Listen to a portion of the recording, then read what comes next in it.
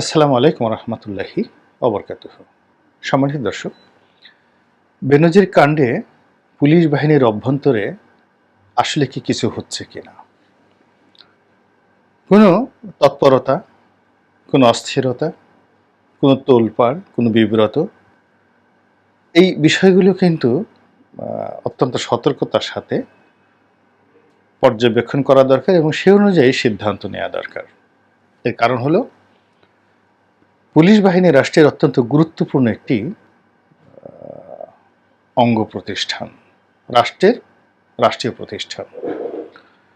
আমাদের এই রাষ্ট্রীয় ব্যবস্থায় যে জিনিসগুলো না হলে নয়, যেমন ধরুন আইন আদালত এবং আইন আদালতের সাথে যারা জড়িত, উকিল, মুক্তার, বিচারক, বার এবং বেঞ্চ, আপনি যতই বিরক্তি হন না কেন, শেষমেশ আসলে আপনাকে রাষ্ট্রের এই প্রতিষ্ঠানটির নিকট যেতেই হবে।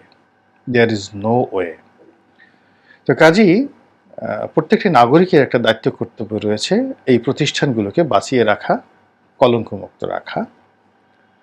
তদ্রূপ হাসপাতাল এবং ডাক্তার, আপনি এছাড়া চলতে পারবেন না, আপনার লাগবেই, গালাগালি করা যাবে না এদেরকে। বরং কোনো হাসপাতালে গিয়ে যদি আপনি দেখেন যেখানে পায়খানা পড়ে আছে, বাথরুমগুলো অপরিচ্ছন্ন আছে, আপনার যদি সামর্থ্য থাকে সাহায্য করুন, বাইরে থেকে দুজন লোক এনে জিনিসটা একদিন পরিষ্কার করিয়ে দেন, তারপরে আপনি বলুন। আপনাকে তো কেউ নিষেধ করেন। আপনি যদি বাইরে থেকে 10 জন মেথর নিয়ে ঢাকা মেডিকেল কলেজ হাসপাতালের বাথরুম পরিষ্কার করতে চান, আপনাকে কেউ নিষেধ করবে না, আপনি এটা করতে পারেন। তো তা না করে আমরা যদি কেবলই মাত্র অভিযোগ করতে থাকি, তাহলে এই প্রতিষ্ঠানগুলো ধ্বংস হয়ে যাবে। এর কারণ হলো, বিপদে পড়লে আসলে আমাদেরকে ওখানেই যেতে হয়। আমি নিজে একবার বিপদে পড়ে দেখলাম যে কোনো হাসপাতালে আমার রুগী ভর্তি করানো হচ্ছে না, রুগী খুব ক্রিটিক্যাল কন্ডিশন, এবং সেখানে আপনি যদি খুব সেলিব্রিটি হন, তাহলে আপনি এই যে বড় বড় যে সকল প্রাইভেট হাসপাতাল রয়েছে, খুব ক্রিটিক্যাল হলে এরাও আপনাকে ভর্তি করবে না, ঘুরে ফিরে আপনাকে সেই ঢাকা মেডিকেল কলেজ হাসপাতালই আসতে হবে। সবাই, এমনকি পিজি হাসপাতালেও ঢাকা মেডিকেল কলেজ হাসপাতালে রেফার করে। তো কাজেই এরকম জাতীয় সম্পদগুলোকে সংরক্ষণ করতে হয়। একইভাবে পুলিশ, ঘুরে ফিরে আপনাকে পুলিশের কাছে যেতে হবে। এই আমার গাড়িটা ভেঙে গেল বা ভেঙে ফেলা হলো, বা ধরুন আমার প্রতি আক্রমণ করার চেষ্টা করা হলো, আমাকে কিন্তু ঘুরে ফিরে পুলিশের কাছে যেতে হয়েছে। কাজ না হলেও পুলিশের প্রতি ভরসা রাখতে হবে, আর কাজ হলেও পুলিশের প্রতি কৃতজ্ঞ থাকতে হবে। তো এই হলো অবস্থা। তো সেই পুলিশ বাহিনীতে এখন কি হচ্ছে, পুলিশের এ যাবৎকালের সবচেয়ে চৌকস না হলেও আলোচিত, সমালোচিত এবং অন্যতম সুদর্শন একজন পুলিশ প্রধান জনাব বেনজির আহমেদ, ডক্টর বেনজির আহমেদ। তিনি কেবলই আইজি পদ নিয়ে সুখে ছিলেন না, শান্তিতে ছিলেন না। তিনি এই আইজি পদটিকে আরও গ্লোরিফাই করার জন্য নিজের ডক্টরেট ডিগ্রি নিয়েছেন, ঘোরাফেরা করেছেন, এবং আইজি পদটিকে আরও গুরুত্বপূর্ণ করার জন্য তার অফিসকে সাজিয়েছেন, তার জন্য আলাদা বেডরুম বানিয়েছেন, তার চেম্বারের সাথে যেন তিনি রেস্ট নিয়ে আরও বেশি কাজ করতে পারেন। তারপর অনেক কথা বলেছেন যেগুলো আগের আইজিরা বলেনি। বাহিনীর মধ্যে অনেক পরিবর্তন আনার চেষ্টা করেছেন, অনেককে শাস্তি দেওয়ার চেষ্টা করেছেন, অনেককে পুরস্কৃত করার চেষ্টা করেছেন। ফলে পুরো বাহিনীতে তাকে কেন্দ্র করে একটা বলয় তৈরি হয়েছিল এবং সেই বলয়টা এখনও কিন্তু রয়েছে। তো কাজেই তাকে যদি এখন প্রকাশ্যে এইভাবে টানা হেঁচড়া করেন, অপমান করেন, লাঞ্ছিত করেন, তাহলে এটি ঊর্ধ্বধারী অনেক লোক আছে, তাদের মনোবল ভেঙে দেবে এবং পুরো যে পুলিশিং সিস্টেমটা রয়েছে, সেটা রাষ্ট্রীয় পুলিশিং সিস্টেম বলেন বা কমিউনিটি পুলিশিং বলেন, পুরোটাই কিন্তু ঠিকমতো হ্যান্ডেল করতে না পারলে সর্বনাশ ঘটে যাবে। তো আমার যাদের যাদের সাথে সম্পর্ক আছে, আমি দেখলাম যে অনেকেই পুরো বিষয়টি নিয়ে বিব্রত, অনেকে ম্রিয়মাণ যে শব্দটি সেটি, আবার যারা একটু সাহসী তাদের বক্তব্য হলো যে পুলিশ বেনজির সাহেবের এই ঘটনাকে একান্ত ব্যক্তিগত ঘটনা হিসেবে ট্রিট করছে এবং এটা নিয়ে কেউ মাথা ঘামাচ্ছে না, এরকম কার কোনো বিষয় নেই। তবে কেউ কেউ বলছেন যে ভদ্রলোকের সঙ্গে একত্রে চাকরি করেছি, ভালো সম্পর্ক ছিল, আজ তার এই দুরবস্থা, এটা ভালো লাগছে না।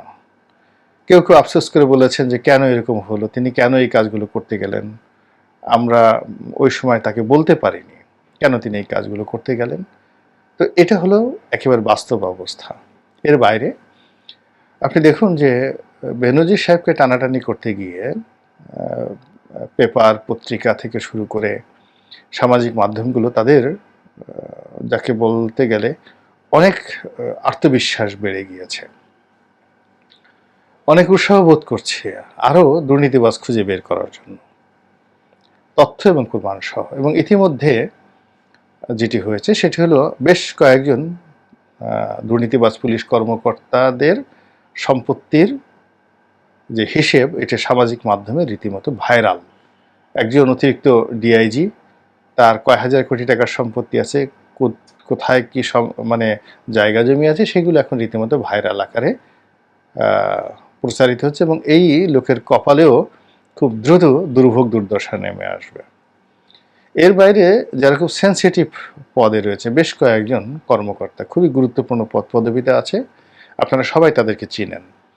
তো এদের বিরুদ্ধেও কিন্তু ঢালাও দুর্নীতির অভিযোগ আছে এবং তাদেরকে যদি ধরা হয় তাহলে বেনজির সাহেবের যে সম্পত্তির বহর আপনারা দেখে আশ্চর্য হয়েছেন, হয়তো আপনারা আরও আশ্চর্য হবেন এদের সহায় সম্পত্তি দেখলে। আবার পুলিশের মধ্যে অনেকগুলো লোক রয়েছে যারা অনেকটা ভিজা বিলাই প্রকৃতির, চুপচাপ থাকেন, মিষ্টি মিষ্টি কথা বলেন, মুচকি মুচকি হাসেন এবং সরকারের বিভিন্ন পারপাস সার্ভ করেন অনেকটা নিষ্ঠুরতার সঙ্গে। মানে তাদের আচার আচরণ দেখে মনে হয় না যে তারা এই কাজগুলো করতে পারেন। এরকম অনেক কর্মকর্তা আছেন যারা গাজীপুর, নারায়ণগঞ্জ থেকে শুরু করে বিভিন্ন জায়গাতে লোভনীয় যেখানে জমি, সেখানে জায়গা জমি রিসোর্ট থেকে শুরু করে অনেক কিছু তারা করেছেন এবং এখন এই অবস্থার মধ্যে রীতিমতো পানির দামে বিক্রি করার জন্য তারা হন্য হয়ে ঘুরছেন এবং আলটিমেটলি টাকা বিক্রি করে তারা কি করবেন, ডাইরেক্ট পাচার করে দেবেন, বাংলাদেশে তারা রাখতে পারবেন না। তো এই যে অর্থনীতির যে দুরবস্থা, সেই দুরবস্থার মধ্যে যদি এরকম বিভিন্ন সেক্টরের 100 জন দুর্নীতি যাদের গড়ে যদি 500 কোটি টাকা থাকে, এই 500 কোটি টাকা যদি এই মুহূর্তে তারা সরাতে চায়, ট্রান্সফার করতে চায়, পাচার করতে চায়, এটি নিয়ে যদি তারা চিন্তাগ্রস্ত হয়ে পড়ে, তাহলে পুরো সিস্টেমটার মধ্যে একটা নড়বড়ে অবস্থা তৈরি হয়ে যাবে। তো কাজী ডক্টর বেনজিরকে নিয়ে পত্রিকায় ঢালাও নিউজ ছাপা হচ্ছে এবং এটা পত্রিকার একটা যাকে বলা হয় নর্মাল ফেনোমেনা, সাধারণ ফেনোমেনা বা সাধারণ ক্যারেক্টারিস্টিক্স। তারা নেতিবাচক খবর প্রচার করতে চায় এবং মানুষ এগুলো শুনতে চায়। সামাজিক মাধ্যম আরও বেশি, টিকটক আরও বেশি, এখানে একেবারে পানের সঙ্গে চুন মিশিয়ে এক বিশাল বিশাল ঘটনা তৈরি করে তারপরে এগুলো প্রচার করা হয়। তো কাজেই ডক্টর বেনজিরকে নিয়ে যা কিছু হচ্ছে, এগুলো যেভাবে বাংলার আনাচে কানাচে ছড়িয়ে পড়ছে এবং যেভাবে সঙ্গে সঙ্গে তার উর্দির কথা আসছে, তার পদের কথা আসছে, তার পদবীর কথা আসছে, তার সঙ্গে আওয়ামী লীগের সম্পর্কের কথা আসছে, তার বাড়ি টুঙ্গিপাড়া বা গোপালগঞ্জ, সেই জিনিসগুলো আসছে। তারপর পুলিশের অনেকগুলো যাকে বলা হয় অভ্যন্তরীণ যে ক্রন্দল, সেগুলো সামনে চলে আসছে, দ্বন্দ্ব সংঘাত চলে আসছে। কারা বেনজির গ্রুপের লোক এখনও পুলিশের মধ্যে আছেন, তাদের মধ্যে একটা কাঁপুনি শুরু হয়ে গিয়েছে। কারা বেনজির বিরোধী লোক, তাদের মধ্যে একটা যাকে বলা হয় আনন্দের একটা বন্যা বয়ে চলছে। সব মিলিয়ে পুরো পুলিশ বাহিনীর মধ্যে একটা তোলপাড় চলছে, যা কিনা নাগরিক হিসেবে আমাদের জন্য খুবই ক্ষতিকর। এই মুহূর্তে পুলিশের হাতে অনেকগুলো গুরুত্বপূর্ণ কাজ রয়েছে, অনেকগুলো মামলা, অনেকগুলো ইস্যু। এখন এই অবস্থাতে পুলিশ যদি নিষ্ক্রিয় হয়ে পড়ে, ব্যক্তি পর্যায়ে যেভাবে অনেকে ক্ষতিগ্রস্ত হবেন, রাষ্ট্র ক্ষতিগ্রস্ত হবে এবং আওয়ামী লীগ আরও বেশি ক্ষতিগ্রস্ত হবে। তো বিষয়গুলোর সঙ্গে যেহেতু রাজনীতি জড়িত, বিষয়গুলির সাথে অন্যায় জড়িত, ডক্টর বেনজির যে কাজকর্মগুলো করেছেন এগুলোকে একেবারে তিনি যে ক্রিমিনাল হিসেবে, ধরুন ওসি প্রদীপের মতো আহ, একেবারে সিরিয়াল কিলার হিসেবে তিনি কিলিং করেছেন, অন্যায় করেছেন, টাকা উপার্জন করেছেন, পাচার করেছেন, এইরকম নয়। হি ওয়াজ ইনস্টিটিউশন। আইজির যে পদটি এটা ইনস্টিটিউশন, এবং তিনি আপাত মস্তক একজন শিক্ষিত মানুষ, এবং তার সঙ্গে যারা চলেছেন বন্ধু মহলে তিনি অনেকের কাছেই প্রিয় একজন মানুষ ছিলেন। তো তার জীবনে যে অর্থনৈতিক বা নারী ঘটিত যে বিষয়গুলো এখন সামনে আসছে বা অন্য যে সকল অনিয়ম আসছে, এগুলোর সব কিছুরই একটা কার্যকারণ আছে। তিনি এমনি এমনি করেননি। তিনি তো জাতিসংঘে দীর্ঘদিন চাকরি করেছেন, তখন তো তিনি এই কাজ করেননি। তিনি যখন ঢাকা মেট্রোপলিটন পুলিশ কমিশনার ছিলেন তখন আপনি সম্পত্তির হিসাব দেখেন, তিনি তখন কয় বিঘা জমির মালিক ছিলেন। তো যেই মুহূর্তে তাকে র্যাবে আনা হয়েছে, তখন তার যে কাজ, তার কর্ম, তিনি যে কমান্ডগুলো ফলো করেছেন এবং তিনি যে সার্ভিসগুলো দিয়েছেন একটি রাজনৈতিক সরকারকে, সেটার বিনিময়ে তার মধ্যে এক ধরনের আশা তৈরি হয়েছে, এক্সপেকটেশন যেটিকে বলা হয়, একটা কনসিডারেশন তিনি আশা করেছেন, প্রতিদান তিনি আশা করেছেন। আবার সেখান থেকে যখন আইজি হয়েছেন তখন তিনি তার যে রুলস অফ বিজনেস, আইজির যে রুলস অফ বিজনেস, সেই বিজনেসের বাইরে গিয়ে যদি অতিরিক্ত কিছু করে থাকেন তাহলে তিনিও অতিরিক্ত কনসিডারেশন দাবি করতে পারেন, এবং সেই কনসিডারেশনগুলো রাজনৈতিকভাবে নিষ্পত্তি যদি করা হতো যে ঠিক আছে তুমি আমার জন্য এই কাজগুলো করেছো, we are happy, we are grateful, being a IG তোমার এই কাজগুলো করা উচিত নয় বা তুমি এটা করতে পারো না, কিন্তু তুমি এই কাজগুলো নিয়মের বাইরে গিয়ে করেছো, তোমার জীবন অনাগত দিনে ঝুঁকিপূর্ণ হবে এবং অনাগত দিনে তুমি বিপত্তির মধ্যে পড়তে পারো, ডোন্ট ওরি, চিন্তা করো না, আমি বা আমরা যতদিন আছি আমাদের সঙ্গে তোমার যে তকদির এটি একত্র করে নিলাম এবং আমাদের দলের মধ্যে তোমাকে সামিল করে নিলাম, ফলে আমরা যদি ভালো থাকি তুমিও ভালো থাকবে, আর আমরা যদি মন্দ থাকি তুমিও মন্দ থাকবে, এটা নিয়ে কোনো রকম চিন্তা করো না, চাকরি চলে যাবে সময় মতো, এর চেয়ে ভালো কিছু তোমাকে দেওয়া হবে, টাকা দরকার, পয়সা দরকার, তোমাকে আমরা দেব। এই জিনিসগুলোর ক্ষেত্রে যদি সহযোগিতা, পারস্পরিক সমঝোতা, পুরস্কার, কাজের বিনিময়ে যে পুরস্কার, এবং পুরস্কার মানে একজন এসপি, একজন ওসি তিনি সাধারণভাবে দায়িত্ব পালন করবেন, এই জন্য তিনি রাষ্ট্রীয় পুরস্কার পাবেন ভালো দায়িত্ব পালনের জন্য, কিন্তু তিনি যদি কোনো এমপি সাহেবের দাবিদারি করেন, মন্ত্রী সাহেবের দাবিদারি করেন, কোনো দলের দাবিদারি করেন, তাহলে মন্ত্রী, এমপি বা দল থেকে তাকে তো পেতে হবে কিছু। তো সেটা যদি তিনি না পান তখনই তিনি করেন কি, তার সীমা অতিক্রম করে তিনি এমন কিছু করার চেষ্টা করেন যেটা তার ফ্রাস্ট্রেশন থেকে আসে, অনিশ্চয়তা থেকে আসে। তো ডক্টর বেনজিরের জীবনেও যে জিনিসগুলো এসছে সেটা মূলত এক ধরনের ফ্রাস্ট্রেশন তার মধ্যে কাজ করেছে, অনিশ্চয়তা তার মধ্যে কাজ করেছে, এবং সেই অনিশ্চয়তা এবং ফ্রাস্ট্রেশন দূর করার জন্য তিনি অর্থ বা অন্যান্য যে অনিয়ন্ত্রিত জীবন রয়েছে সেই পথে তিনি পা বাড়িয়েছেন।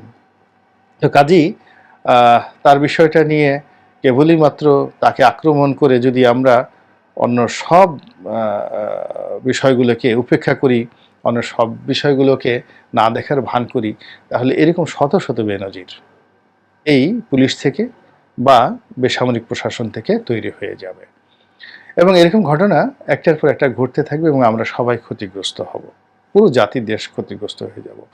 কাজেই কেন একজন বেনজির তৈরি হলো, কেন তিনি এই কাজগুলো করলেন, এবং অনাগত দিনে এরকম বেনজির তৈরি হবে না, এবং অনাগত দিনে কোনো পুলিশের আইজি বা ঊর্ধ্বতন কর্মকর্তা এই ধরনের কর্মকাণ্ড করবে না, এটা প্রতিষ্ঠিত করার জন্য একটি উজ্জ্বল দৃষ্টান্ত স্থাপন করা দরকার, এবং সেটা কেবলমাত্র গণতান্ত্রিক পরিবেশেই সম্ভব। কেবলমাত্র একজন ন্যায় বিচারকের পক্ষেই এরকম একজন ভালো আইজি তৈরি করা সম্ভব।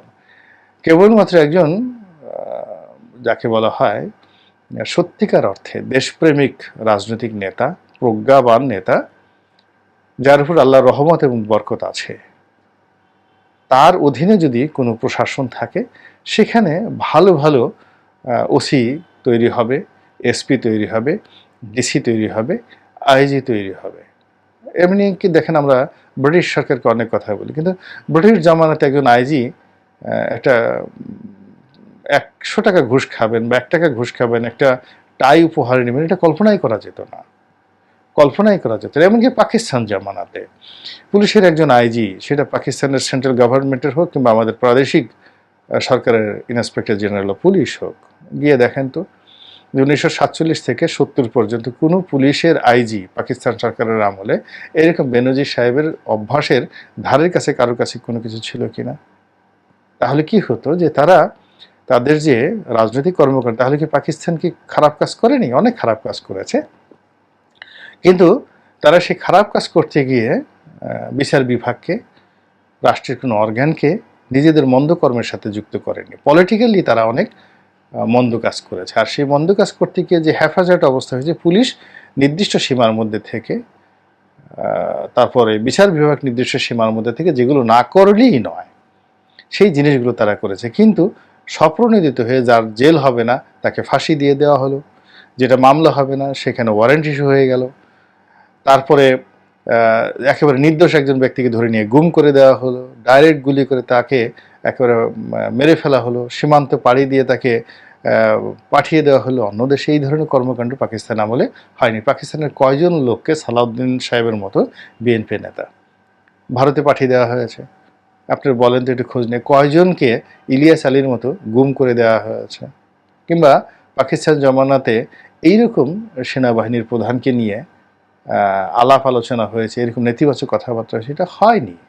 তো কাজেই আমরা ডাল ভাত খাওয়া বাঙালি, একসাথে খিচুড়ি খেতে আমরা আরও বেশি পছন্দ করি। এবং এই যে যখন ডালে চালে মিলে খিচুড়ি হয়, তখন সেটা ডালও আলাদা করা যায় না, খিচুড়িও আলাদা করা যায় না, ভাতও আলাদা করা যায় না। তো কাজেই বেনজির রাতের ভোট, বিনা ভোট, নিশি রাতের ভোট, ডামি ভোট এবং এর সাথে সাথে সংশ্লিষ্ট যে অপসংস্কৃতি এবং অপরাজনীতি, সব এক হয়ে গিয়েছে, একেবারে খিচুড়ি হয়ে গিয়েছে, জগা খিচুড়ি হয়ে গেছে। সেই জগা খিচুড়ির মধ্য থেকে, যেমন খিচুড়ির মধ্যে একটা আলুর টুকরা থাকে বা ধরুন একটা মাংসের টুকরা থাকে, যেভাবে আপনি রান্না করেন, তো তার মধ্যে থেকে বেনজির ওরকম একটা জগা খিচুড়ির মধ্যে ছোট্ট একটা আলুর টুকরা মাত্র। তো সেখান থেকে যদি সেই আলুর টুকরোটাকে ধরে এনে উঠিয়ে ধুয়ে মুছে বা ম্যাশ করে পিষে বা ফেলে দিয়ে আপনি যদি কোনো খিচুড়ির গুণাগুণ বাড়াতে চান, কমাতে চান, তাহলে খিচুড়ির কিছুই হবে না, মধ্যখানে আলু বেচারা শেষ। তো এখন এই যে বেনজির সাহেবের যে ঘটনাটা, এটা অত্যন্ত স্পর্শকাতর পুলিশের জন্য, দেশের জন্য, রাজনীতির জন্য। এবং এই বিষয়টি সতর্কতার সাথে সবাই হ্যান্ডেল যদি আমরা করতে না পারি, তাহলে অনাগত দিনে আরও বড় দুর্ভোগ, দুর্দশা আমাদেরকে অক্টোবরের মতো আঁকড়ে ধরবে। আল্লাহ আমাদের সবাইকে হেদায়েত দান করুন এবং হেফাজত করুন। আসসালামু আলাইকুম ওয়া রাহমাতুল্লাহি ওয়া বারাকাতুহু।